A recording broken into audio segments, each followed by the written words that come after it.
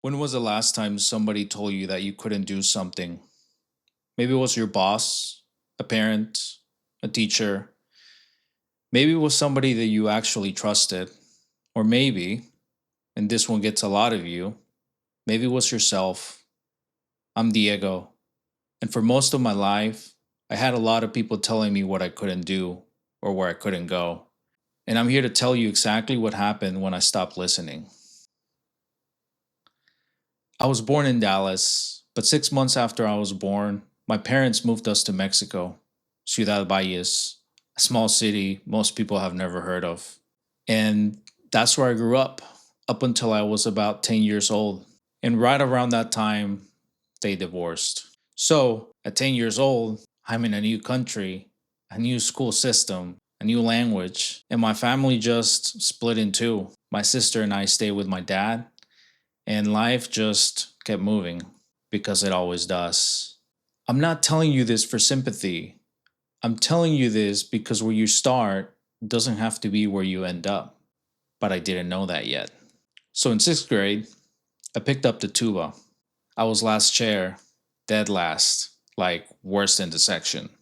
And honestly, I wasn't even that surprised. I hadn't put any work. I was just showing up. But something clicked, and that's when I decided I actually wanted to be good. And so I started doing something that nobody else was doing. I went to the practice room, and while everybody else was hanging out in the band hall, before school, during school, after school, I was in that room by myself putting in the work. By high school, I was first chair, and by my senior year, I had placed third in the entire state of Texas. People who used to overlook me were now looking up to me. Some of them wished they were me. And I remember thinking, I didn't get lucky. I just outworked the room. That's the whole secret. And when I started telling my family that I was going to college on a music scholarship, the reaction wasn't excitement. It was, how are you going to afford this? My dad, I remember saying, you really think someone's going to pay you to play the tuba? Why you? My grandpa said something along the same lines. And honestly, to this day, I don't know if they meant it from a hard place or from a loving place. Maybe both. Families are complicated like that. What I do know is it fueled me. I doubled down. I worked harder and I got scholarships from two different schools. One of them was Indiana University, which at the time was one of the best music schools in the whole country. And the other one was TCU, which covered everything. So I chose TCU, full ride. I packed my bags, and I didn't even go to my own graduation because I was so already mentally on to the next thing. Now, while all of that was happening at TCU, I was also working a bus company where I started in the parts department and gradually moved into operations, wearing five hats, barely getting paid for one. And it was there, watching the people who actually ran things, that something shifted for me. The people with influence, with real decision making power, with the ability to move a whole room, they were in leadership. And I remember thinking, I could do that and I could do it better. So by the time I graduated from TCU, I had already mentally left music. My tuba teacher wanted me to join the Navy and build a career out of playing the tuba, but I knew my calling was somewhere else. I just didn't know exactly where yet. And so 2 weeks after graduation, I quit the bus company. They promised me more pay, more responsibility, and then tried to move me to night shift. And they didn't realize how much I'd been holding together until I was gone. The CFO called me, asked me if I was really quitting. I was. And so what followed was about a month of applying to jobs all day, morning, night, even in the bathroom. Interviews that went nowhere, to a point where I started mentally preparing to take a fast food job just to keep things afloat. And then a management consulting firm called me, and overnight, they doubled my income. So I'm 23 years old. I'm in a new city. I got a new job, management consulting. I was drowning. And I had just turned down an offer from Michelin, which at the time was my dream company, because I believed in the opportunity. And now I was about to lose it.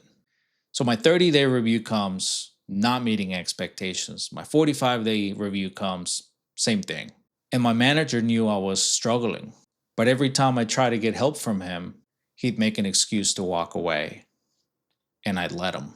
I was 23 years old in a hotel room in Paris, Tennessee, with no friends nearby, nobody to call. I had gotten myself there, and it was on me to figure it out. And so one day, we're in a one on one, and he gets up to leave, like he always did. And I felt it. Chills, real ones. And I knew if I let him walk out that door, it was over. Not just the job, the whole thing, everything I'd been working toward. So I stopped him and I said, "Hey, I need you to stay. I need you to actually hear me out.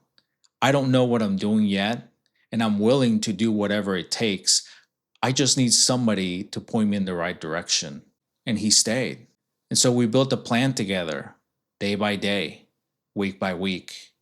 And a year later, that same company nominated me for the Rising Star Award, the most prestigious recognition they gave.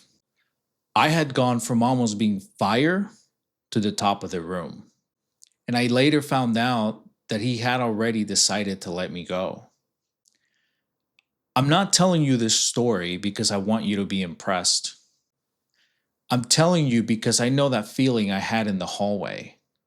A lot of you are living that right now. You're watching a door close on a job, on a relationship, a version of yourself you haven't become yet. And you don't know whether to speak up or just let it go. This channel exists because nobody gave me a map. I had to figure it out. Through mistakes, through losing money, through bad decisions with cars, with debt, and career moves that didn't work. And I want to give you the map that I didn't have. Not theory, not generic advice, the actual things that I learned about money, career, mindset, and what it really takes to move up when the system was never designed to explain itself to you. So, here's where we start. I want you to do one thing after this video, just one. So grab a piece of paper and answer this question honestly. What is it that you are actually working for? Not what you think you should say, not what sounds good. Why are you going to work tomorrow? What's the purpose behind the routine you're living every day? What is it all for? And if you can't answer that, that's not a problem. That's a starting point. And that's exactly what this series is going to help you figure it out. I'll see you in episode 2.